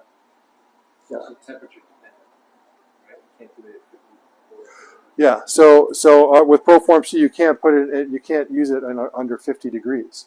So I'm glad you brought that up. So really important. I thought it was 65 for that. Now it's 50. I think it's 50. Is this? Yeah. 50 degrees. Yeah. 65 for beneficial bacteria. Yes. So I generally don't put salt in any of my customers' ponds. It's not something that we use very often. I use it here because when we're bringing fish in, they're under a lot of stress. They've just been in the box for 40 hours flying in from Japan.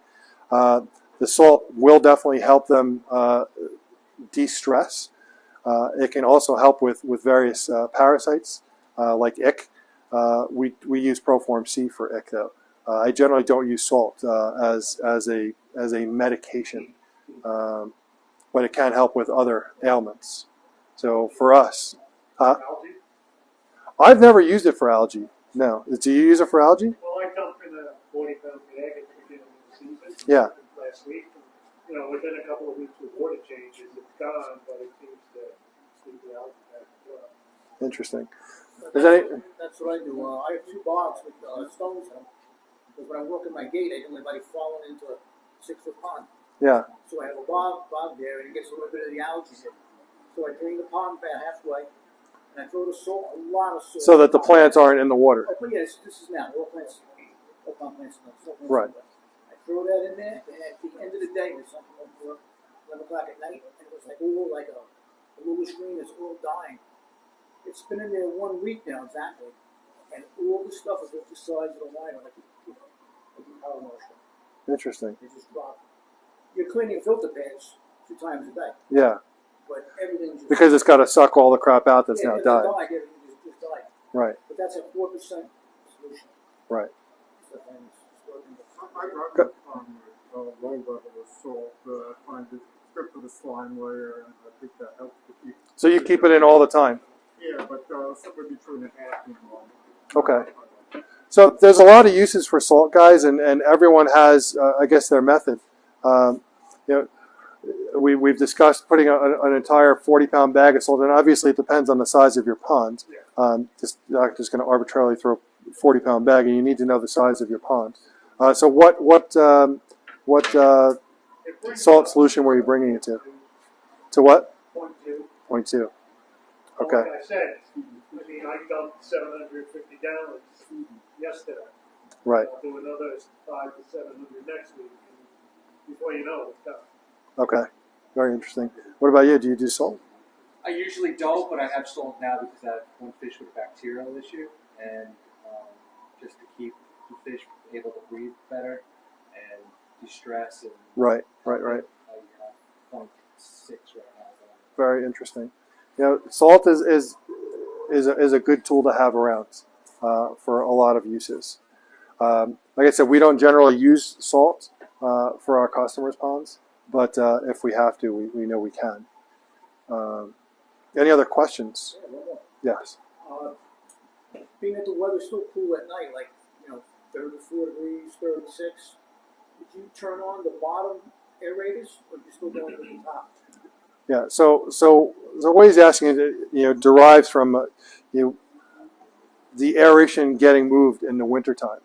So when we do a winterization, we generally take an aerator and we move it to about a foot below the surface. And the reason why we do that is, geothermally, the earth is heating the pond to an extent.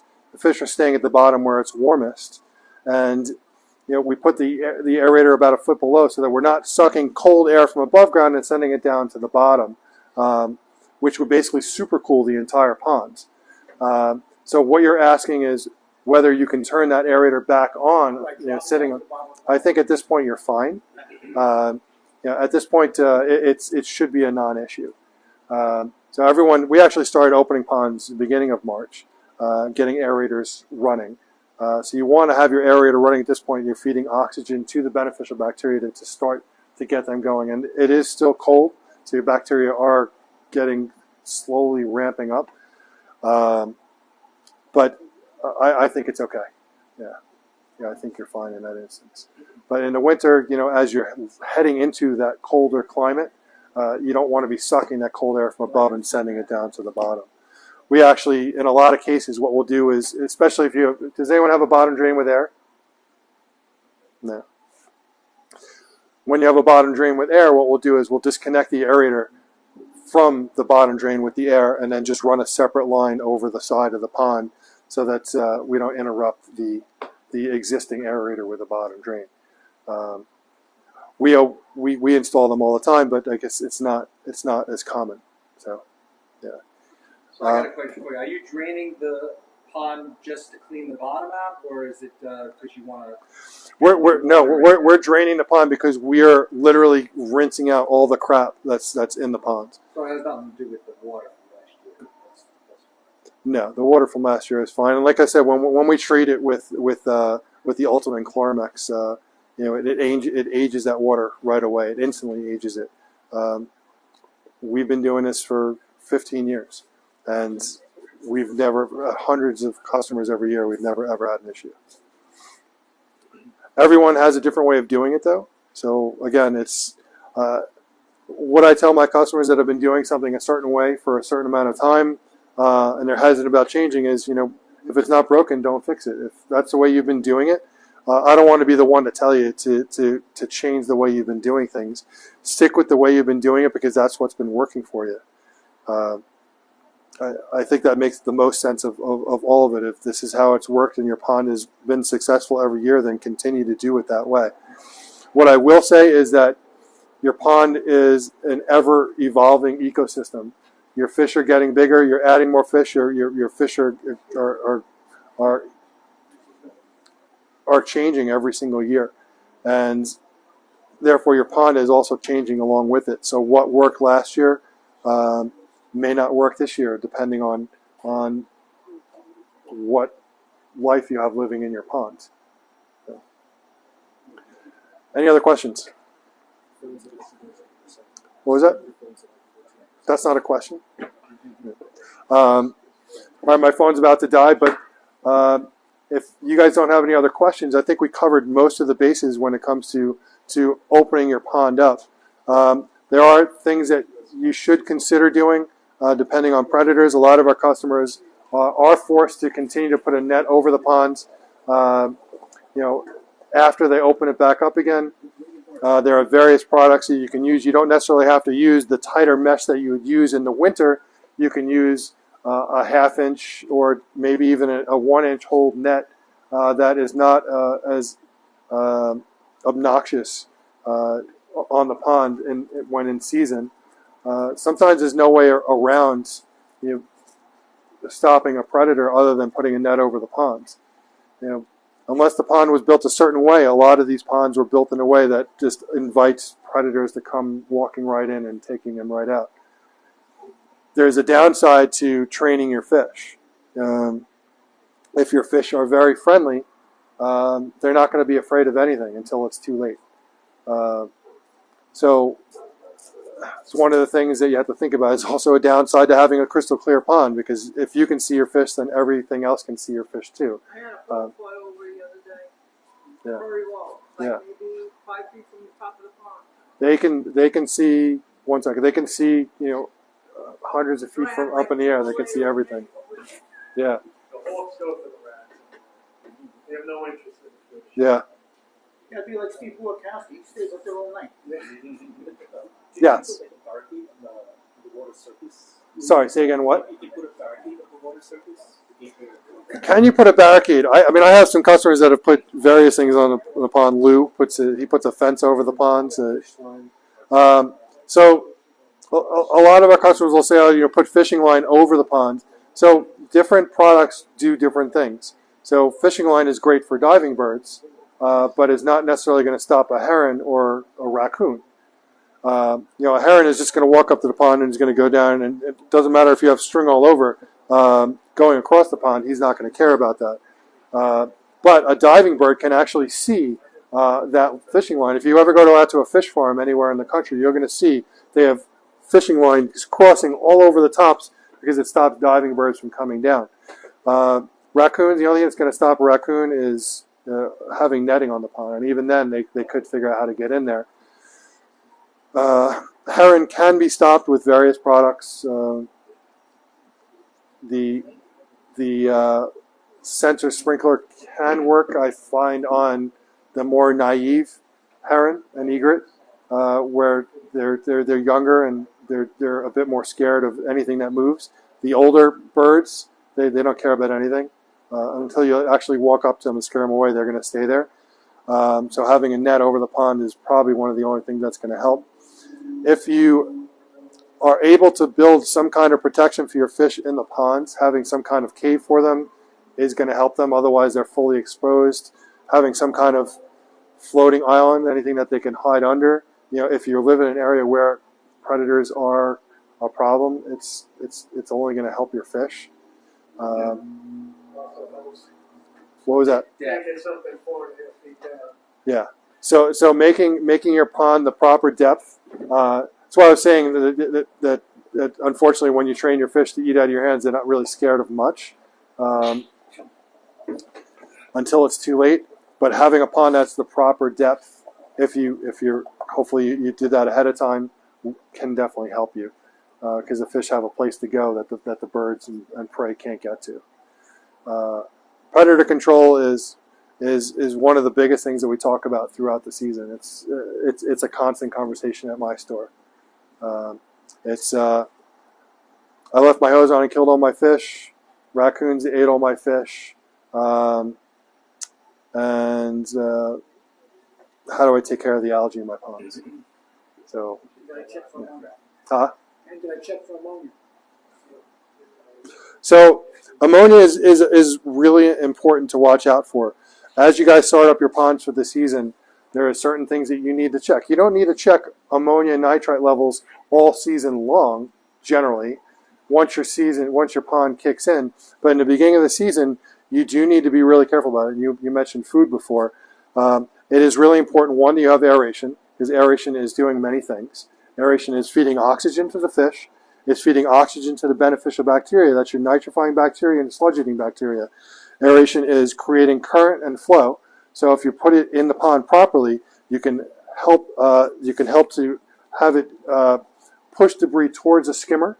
Okay, so I don't like having them right in the middle of the pond, especially not in front of a skimmer, because it's actually going to create surface turbulence that blocks debris from getting into the skimmer. I like to either have it on the left, right, or right underneath the waterfall so that it's helping to push debris. If you guys, some of you may notice, a waterfall is actually drawing debris towards it. So when it lands, it's hitting the water, it's pulling. So you're going to get a big collection of crap, especially in the waterfall area, right under the waterfall. So having an aerator underneath there will help push it towards in a direction. Having jets in the pond is also an important part of your circulation. Also, the aerator under the waterfall means the rest of the pond is clear to see the fish. Correct. So what he was saying is having the aerator not be in the middle allows you to see the fish. one of the things I wanted to avoid was, if you look in the big tank in there, the aeration is in the corners because I wanted to make sure that the customers could see the fish. If you put an aerator right in the center, it may be important for circulation, and if it's an aerated bottom drain, it can help draw it towards the bottom drain, but it's going to block your view of the fish. I like to put the aerator where it's best utilized, especially for circulation. So really valid points. Aeration also destratifies the pond, and what that means is it takes the low oxygen water from the bottom of the pond and it mixes it with the higher oxygen water at the top of the pond. And in the wintertime, it keeps a hole in the ice and degasses the pond, which is what you're trying to do in winter. So I'm glad you brought that up. When it comes to feeding, you are going to see ammonia spikes. You're going to see nitrite spikes. You got to keep an eye on your ammonia, your nitrite, your KH, and your pH levels. You want to make sure you have a KH tester on hand. If your KH is low, you want to boost that up using baking soda. There's also other products like KH Booster that do the same thing, but also have beneficial bacteria infused in it. When it comes to feeding your fish, some people are believers in cool season food, some are not. The idea for using a cool season food in the spring and in the fall is that fish have a tough time digesting a higher protein food. So a wheat germ based food is easier for them to digest and pass through, and it's not sitting in their stomachs. So you can still use a cool season food in the springtime, or you can start going with growth food, but your fish aren't really there yet for the growth food. They're only just starting to eat, and you want to, number one, watch the amount of food that you're feeding them, because they're going to want to eat a lot. As much food as you're going to throw in there, they're going to eat. The problem is that your Nitrosomonas and Nitrobacter bacteria is not awake yet to remove the waste that's created by the fish. So you're actually creating a toxic scenario for your fish by feeding them, especially feeding them one thing, but feeding them too much is going to create, again, that toilet bowl scenario where they're sitting in their own waste. So you need to be cautious about the amount of food, whether it's you're feeding a protein-based food or a wheat germ-based food. You need to feed with caution, once a day, every other day, just a little bit. Keep an eye on the food. If the food is sitting at the surface, you fed too much. Okay? Any other questions? Nope. Can you just repeat the depth of the pond? Because someone asked how deep it should be for predators. How deep? I mean, when I'm building a pond, I like to have a minimum of a 3 foot, preferably a 4 foot depth for a pond. So for predators, if you live in an area where you have predators that are prevalent in the area, you want to try and make sure that your stone is anywhere from 8 to 10 inches that around the perimeter above the surface of the water. The closer it is to the surface of the water, the easier it is for predators to just scoop things out of the water. Now your fish are just waking up. Their immune systems are down, which is why I like to also keep a net on in the wintertime. I have customers all the time like, oh, I don't need a net, the leaves already fell. Well, the net is not just for leaves. The net is actually to protect the fish, because what happens is your fish have slowed down. Okay, they're going into what's called a torpor state. They slow down. They're sitting on the bottom. They're not sleeping. If you walk by them, if you've noticed, they will move, but they're incredibly weak. Their immune systems are down, and as the water starts to warm up, they'll start to move around a little bit. If you get a warm day in the wintertime, they may actually come to the surface. Well, they come to the surface super slow. You could actually just go and grab them out of the water. Well, guess what? A predator could do the same thing, which is why we like to keep a net on the pond in the wintertime. It's protecting the fish. So the same thing in the spring, your fish are still weak. So if you have a pond that is in a setup where that could happen, you may want to consider putting a net back on the pond for a little while longer. Just something to think about. All right. Cool. Thank you. You're very welcome. I hope it was informative, and I hope I answered everyone's questions. So, all right. Thank you. Bye, guys. Have a great day.